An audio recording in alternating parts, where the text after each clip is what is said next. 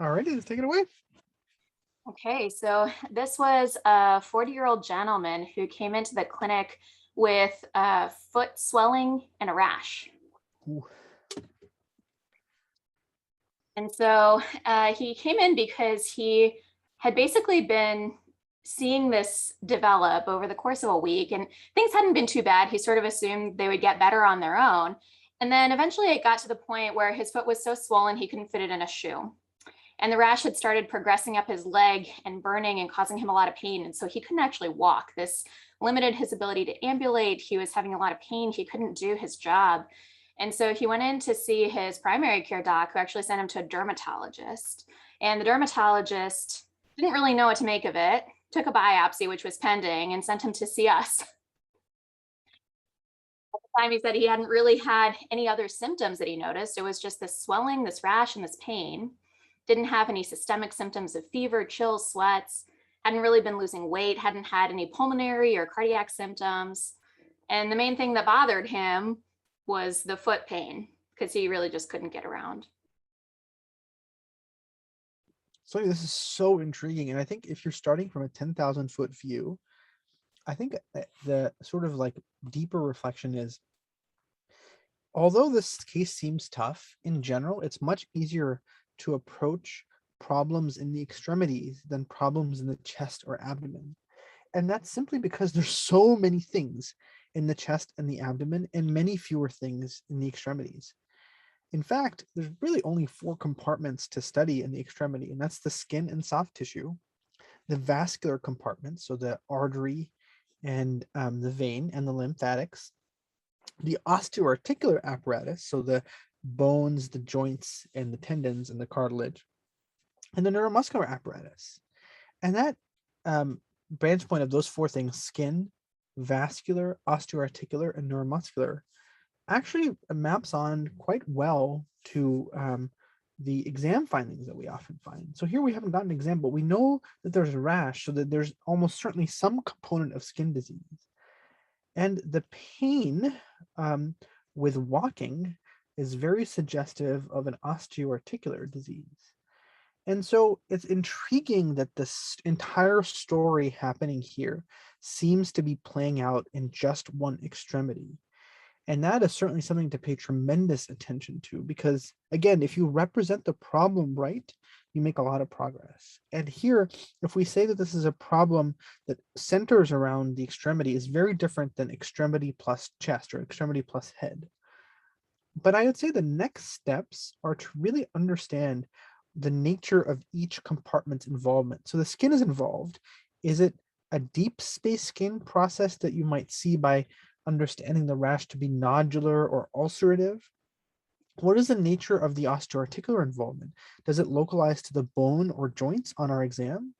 And then last but not least, it's important not to forget the edema. And the edema intuitively maps onto a vascular process, but the problem is inflammation in the skin and or the osteoarticular apparatus can have overflow edema. So I'd be really interested in examining the patient and understanding, what does the rash look like, and what does that give me clue about the skin involvement, and what does the osteoarticular phenotype look like? Is that more bone or joint? And that'll help us make a lot of progress. All That's it. right, I'll give the mic back to you. So we did examine the patient when he came in. The past medical history and the medications were largely non-conclusive. This is an otherwise healthy person. No major family history or social health-related behaviors that were relevant. He didn't smoke or drink alcohol, had no known allergies. And when we looked at him, his vitals were stable, but the most notable thing on exam was that both of his lower extremities were quite edematous. He actually came in wearing flip-flops because he couldn't fit into sneakers. And we could see an area where his socks from earlier that morning had left an indentation. We saw also on both of his feet, including the soles of his feet, a reddish purple, non-blanching, non-raised rash. And this was in some areas confluent, but in some areas more macular. And it would extend all the way up both of his shins, but was more extensive on the left than on the right. He actually had a couple of areas of rash on his left thigh. And both of those feet were quite tender and quite warm. And it wasn't just over the ankles or the MTPs or the knees. It was the entire skin where the rash was that was quite warm to the touch and tender to the touch. His neurological exam was actually pretty unremarkable. So his sensation and reflexes were intact. His strength was pain limited on exam, but he didn't have any cranial nerve deficits. He didn't have any other abnormalities on his neurological exam. And cardiovascular, pulmonary, and abdominal exam were completely benign. So he looked like he was uncomfortable, but not ill. And so at the time we said, look, you got the skin biopsy. We don't know exactly what's going on, but let's wait and see what the results are, because we don't really know what we're treating at the moment.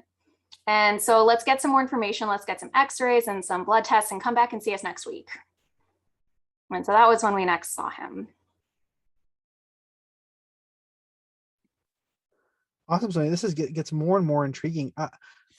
I'll share what I'm thinking, and I would love for your analysis and what you all were thinking at this point. And I'll share with you that in working in the ER, you'll learn that the most common cause of a rash that looks like this are socks that are on too tight. In other words, when you hear something that's reddish and purple, it's hard not to wonder, just based on the color, that it's not vascular in nature, and specifically that there's bleeding in the skin. And bleeding in the skin can be because there's thrombocytopenia. Bleeding can be occur in the skin because there's a coagulopathy, or bleeding can occur in the skin because there's problems with the vessel wall and the vessel integrity.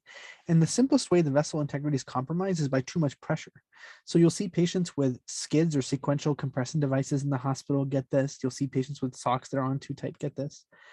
And you'll also see patients with venous stasis or venous hypertension. You know the browny edema, or the brown pigmented edema we say those patients have? It's because their venous hypertension causes their capillary walls to become fragile and burst. But here, the extent of the rash is pretty significant. It's hard to invoke a rash that goes all the way to the thighs to just be because of compression from the socks. So I would translate this into, I'm worried that the patient is bleeding in their skin. Is it because their platelets are off, their coagulation markers are off? Or is it because there's a problem in the blood vessel wall, which can be trauma, which can be a vasculopathy or a vasculitis? And anytime that you're worried about bleeding in the skin, which is in the small vessels of the skin, you wonder, well, where else is the patient bleeding from? And the most other common location to worry about is bleeding in the kidneys. The capillaries in the skin and the capillaries in the kidneys are cousins. And often when one is diseased, so is the other. So here, I think labs are a great idea in this patient. And not just the creatinine, because the GFR may be normal. What you really be looking for on the UA is there evidence of glomerular injury, even if that glomerular injury hasn't extended enough to cause kidney damage. So I'd be really curious what the UA is and what the creatinine is. But also, I think at this point, struck by how acute this is. And so I think a general lay of the land on the labs will probably also be informative. But I'm really curious, Sonia, what were you all thinking at this time? What were your suspicions of? We actually thought about the exact same things as you did. And we were worried by the acuity and also by the extent of the rash and how quickly it had progressed. And so in our world, when somebody asks us to see a patient, the first thing we think of when we see a rash is vasculitis, but of course we have to make sure it's not a mimic.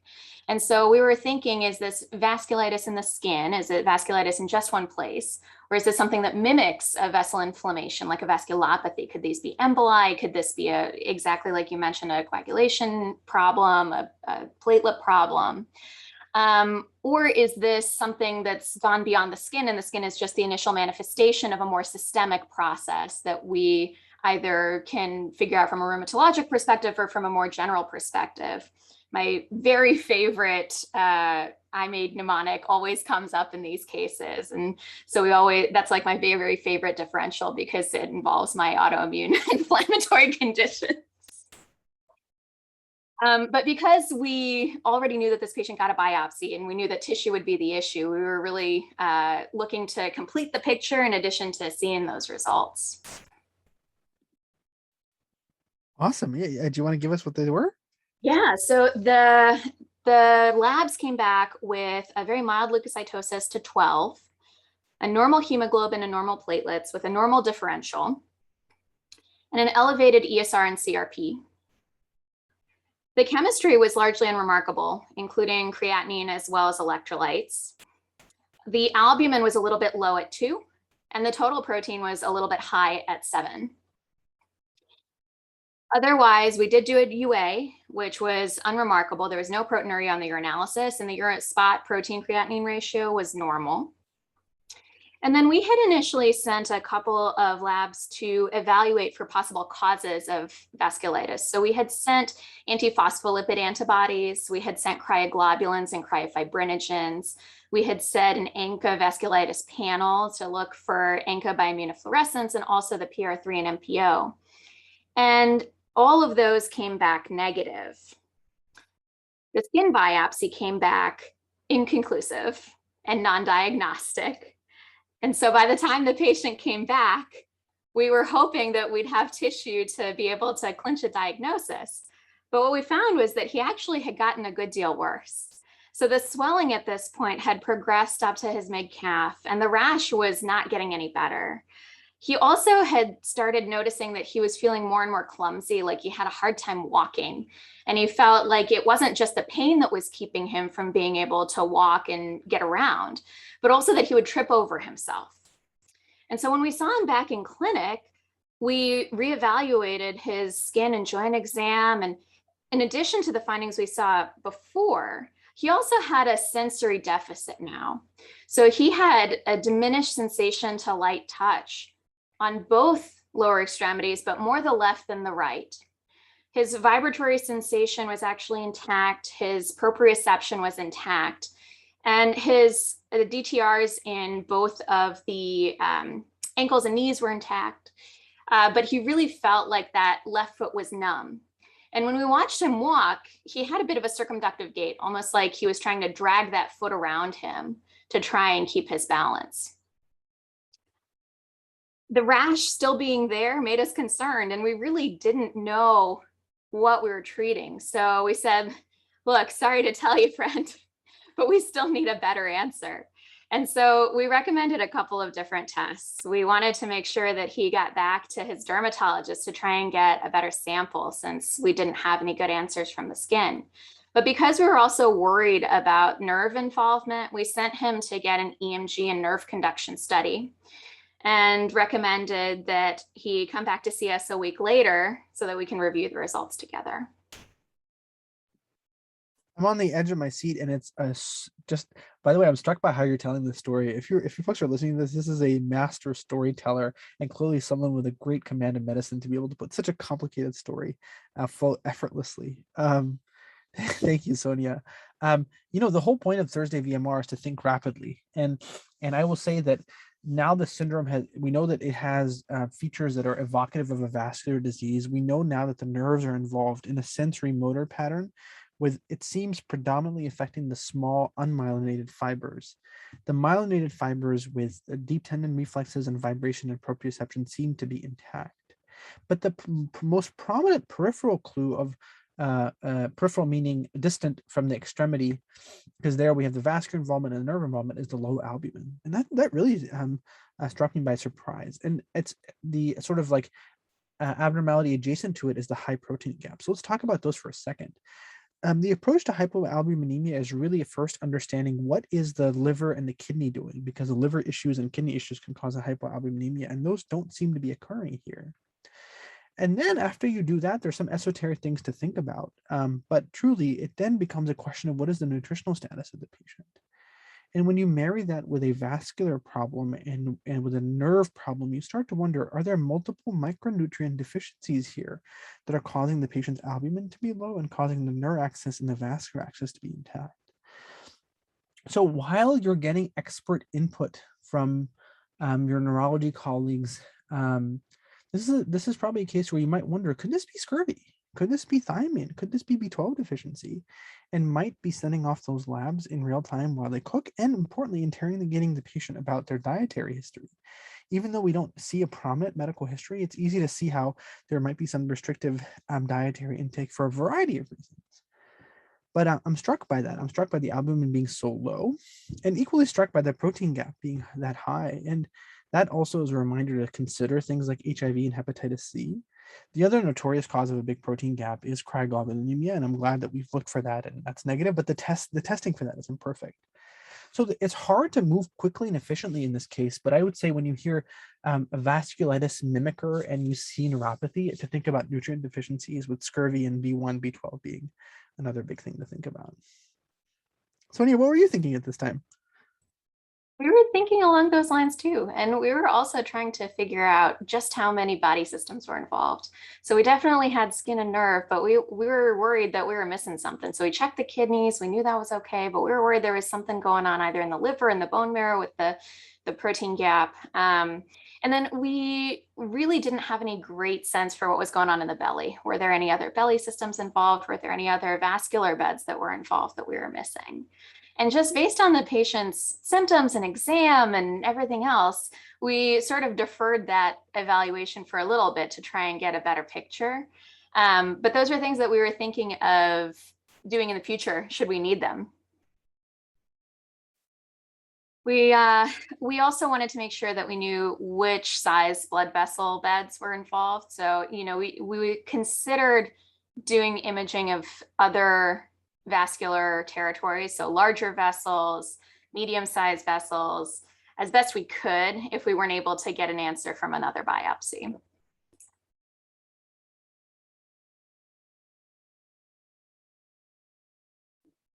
So we see the patient back a week later, and he feels like things have gotten no better.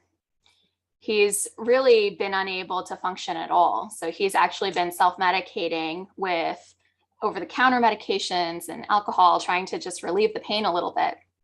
And we got back the results of the EMG and nerve conduction study, which told us that there was a sensory motor pattern of neuropathy, mostly in the left lower extremity, but also in the right lower extremity.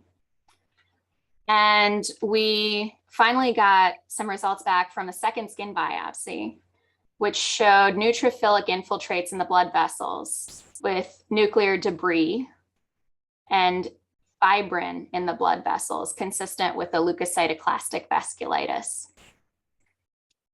And so at this point, we at least had something to go on. We at least had a vasculitis, and we at least knew that there was skin and nerve involvement. And so we said, look, we may not know exactly what kind of vasculitis you have, but this is clearly affecting you, and you're clearly doing much worse. And so we started empiric treatment with steroids. And based on the pattern of involvement, we suspected an incomplete form of one particular diagnosis, versus we're still waiting to kind of see how the picture plays out and if any other organ systems become involved. I'll pause there and let you have a crack. Yeah, thank you. I think it's incredible. He said it a while ago, tissue is the issue, and you just want to get some sort of definitive proof of what exactly is going on. And I think you've proven now that this is a vasculitis, and this is a vasculitis that involves the small vessels in the skin. And oops, I forgot to open it. So I think let's go on that journey together. 1 second. So here we are. Okay, I'm ready now. So I think you made a very compelling case that based on the biopsy, we have a small vessel vasculitis. And I think it's helpful to break down the small vessel vascularities into systemic or skin only. And isolated cutaneous leukocytoclastic vasculitis is probably, in my understanding, and I'd love for you to correct anything I say, Sonia, is the most common, and followed by this very rare entity, hypocomplementemic urticarial vasculitis. The systemic involvement is actually filtered by these things. So ANCA, IgA, anti-GBM, and cryo are the most common ones. We've tested for ANCA, and those have been negative, but there is the entity of ANCA negative pauciimmune vasculitis. IgA staining on the biopsy might be helpful to suggest HSP. Anti-GBM disease usually does not involve the skin, so that's very unlikely. So this testing has holes in it. This testing has holes in it, and this testing you might be able to augment based on staining of the actual biopsy itself. So, if I were to share my reflex thoughts, Sonia, I am I think that that ANCA-associated vasculitis, I'm trying to remind myself of the patient's age. The ANCA-associated vasculitis typically is more common in older adults. And so that plus the negative ANCA makes me move a little bit away from that. Cryo certainly has a lot of prominent skin involvement, and the finding of non-hepatic involvement of hepatitis C might prioritize that. I'd also be curious if the biopsy showed IgA, but I think if you look at the protein gap, you're like, is that giving you a clue to look for Hep C or HIV? That would prioritize cryo. But I think it's hard to ignore the possibility of IgA slash HSP in a cutaneous predominant disease process. But the path would be a very good way of putting that hypothesis front and center with IgA staining, or to complete rest with seeing no IgA deposits. So I don't know. I can take it much further than that, and would love for how you would, as a rheumatologist, scrutinize that analysis and take it even further, and then tell us what you found. Well, no corrections necessary. I think we think about things exactly the same way. And actually, because of those imperfections in the testing, we repeated the cryoglobulin screen. And, we have a couple in our clinic. The way we have things set up is that things generally go downstairs to the lab. We're like on an upper level. And so we have to physically carry them. We wanted to make sure that that specimen was delivered properly and that it didn't get too cold in the process of delivery. So I will always remember your right armpit because that was something that stuck out to me. And I think it's a great way to remember that you have a test limitation and that you have to actually deliver the sample to the lab properly so that they can find the thing that's supposed to be there but goes away when it gets too cold. So we repeated the cryoglobulin screen and it was negative. And the Hep B and the Hep C were negative. And the SPEP and the UPEP were negative. And what we were left with was a skin and nerve limited small vessel vasculitis that may or may not have involved larger vessel, as we didn't know. We didn't have any sense for any large or medium vessel involvement. But just based on the pattern, we were thinking that this might be consistent with a limited presentation of PAN. Because of the foot drop, because of this concern for either a mononeuritis or a sensory motor deficit, in addition to the skin finding. And the fact that we really couldn't find any other trigger. We couldn't find any cryoglobulins. We couldn't find any infections that were triggering this. We couldn't find any cancers. We couldn't find anything that had been like an upper respiratory infection to throw us into this ball game. And so this is a patient who actually, when he came back the next week, said, oh my God, prednisone is a miracle drug, except for the fact that I can't sleep more than 3 hours every night. We ended up starting him on relatively high doses because we were concerned for multi-system involvement. If PAN is limited to just one system, we kind of say, oh, okay, well, we can go with some lower doses or some less aggressive therapy. But this is a gentleman who actually took many months to feel better with a very, very slow steroid taper and a hard time trying to get him off the steroid.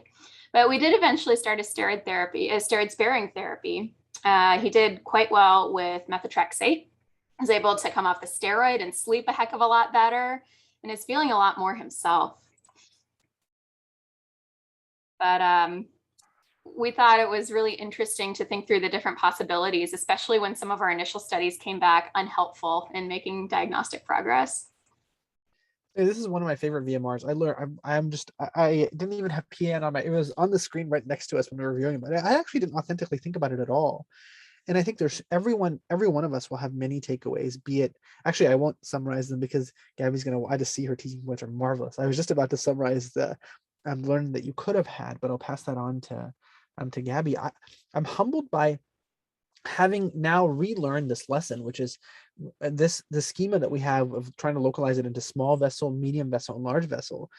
I remember on peds when being taught, hey, if your knee hurts, make sure you examine the patient's hip because the adjacent joint may cause referred pain to the knee.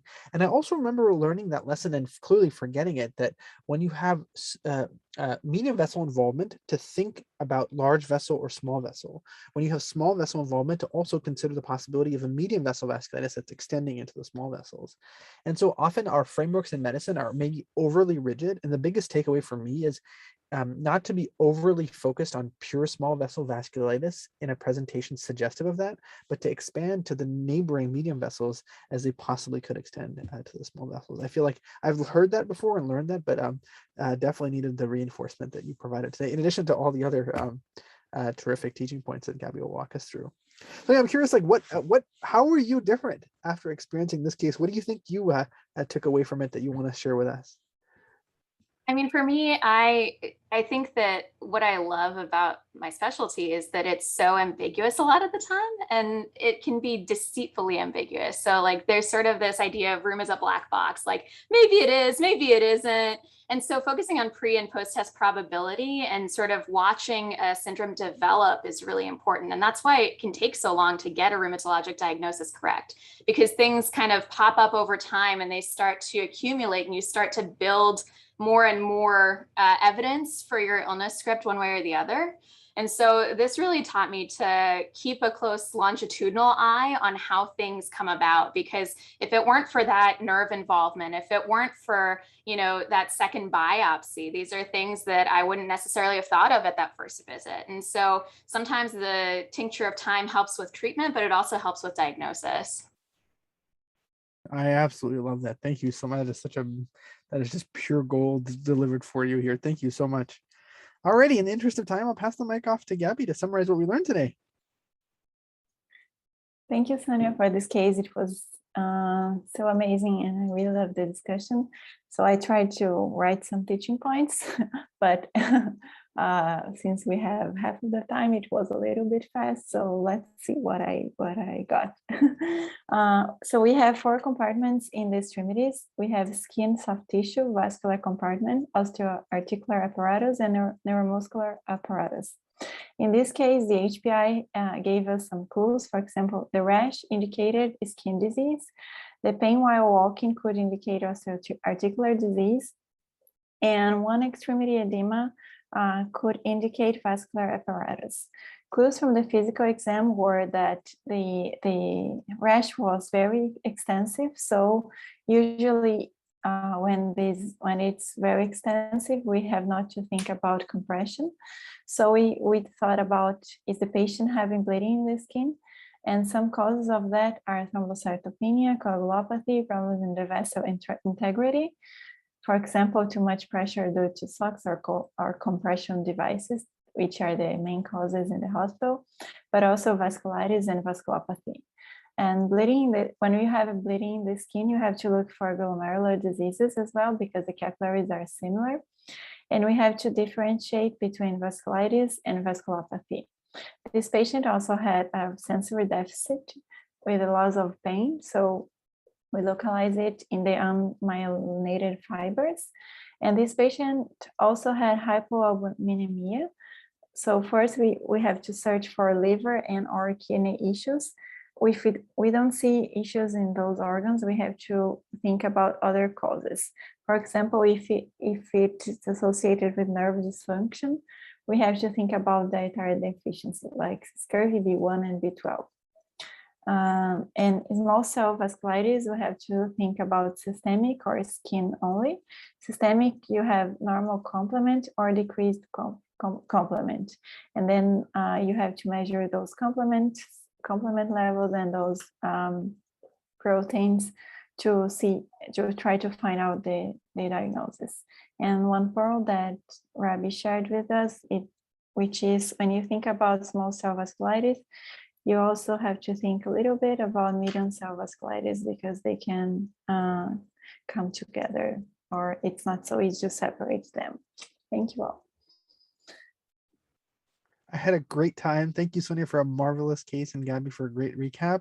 And promise, your ability to keep up with a 30-minute VMR pace is just absolutely mesmeric, given this is still early in your scribing days. Thank you all for hanging out, and hope to see you for RLR tomorrow, and then all the VMRs to come in the future. Bye. Thank you again, Sonia.